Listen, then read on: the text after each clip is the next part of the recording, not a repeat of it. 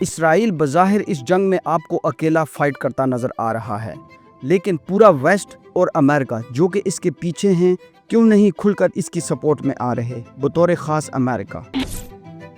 اس وقت اسرائیل کی پوری کوشش ہے کہ کسی نہ کسی طرح امریکہ کو فرنٹ لائن پر لا کر اسے بھی ایران اسرائیل جنگ میں دھکیلا جائے، کیونکہ اسرائیل اس وقت تک ایران کی نیوکلیئر کیپیبلٹیز کو تباہ کرنے میں وہ کامیابی حاصل نہیں کر سکا جس کا وہ خواب دیکھ رہا تھا۔ وجہ ہے ایران نے پہلے ہی اپنی تمام نیوکلیئر فیسلٹیز کو انڈر گراؤنڈ ڈیزائن کر رکھا ہے، جو کہ خیال کیا جا رہا ہے کہ 60 میٹر تک نیچے انڈر گراؤنڈ ہیں۔ اسرائیل کی ایئر فورس بھلے ہی ایران پر حملوں میں کامیاب ہو رہی ہے، مگر اسرائیل جو چاہتا ہے وہ ہٹ نہیں ہو رہا۔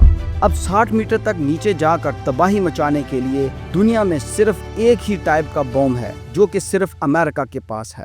یہ بم GBU-57 14,000 kg ویٹ کے ساتھ بہت وزنی بم ہے، لگ بھگ 2 ہاتھیوں سے بھی زیادہ اس کا وزن بنتا ہے، اور سائز میں بھی یہ بہت ہیوی ہے۔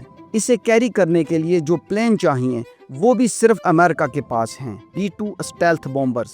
اب چونکہ یہ بم اور ڈیلیوری سسٹم دونوں ہی امریکہ کے پاس ہیں، لیکن امریکہ اسرائیل کو بچانے کے لیے اس جنگ میں فرنٹ اینڈ پر نہیں آ سکتا، کیونکہ اس طرح تھرڈ ورلڈ وار ٹریگر ہو سکتی ہے۔ اور ویسے بھی ٹرمپ اپنے آپ کو ڈیل میکر کے طور پر دنیا کے سامنے متعارف کروا کر امریکہ کا سافٹ امیج بنانا چاہتا ہے۔ اسرائیل کو اب یہی پریشانی ہے کہ امریکہ کی پراپر مداخلت کے بغیر اسرائیل کبھی بھی ایران کی نیوکلیئر طاقت کو ختم نہیں کر سکتا، اور اگر یہ صورتحال یوں ہی رہی تو یہ سائیکولوجیکلی اسرائیل کی ہار ہوگی۔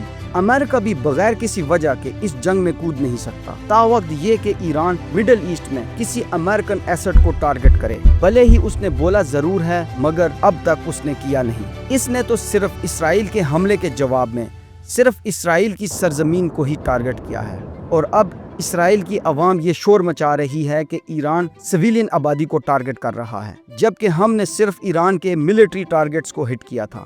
لگتا ایسا ہے کہ ایران بڑی سمجھداری سے امریکہ کو اس جنگ سے دور رکھ کر اسرائیل کی درگت بنا رہا ہے۔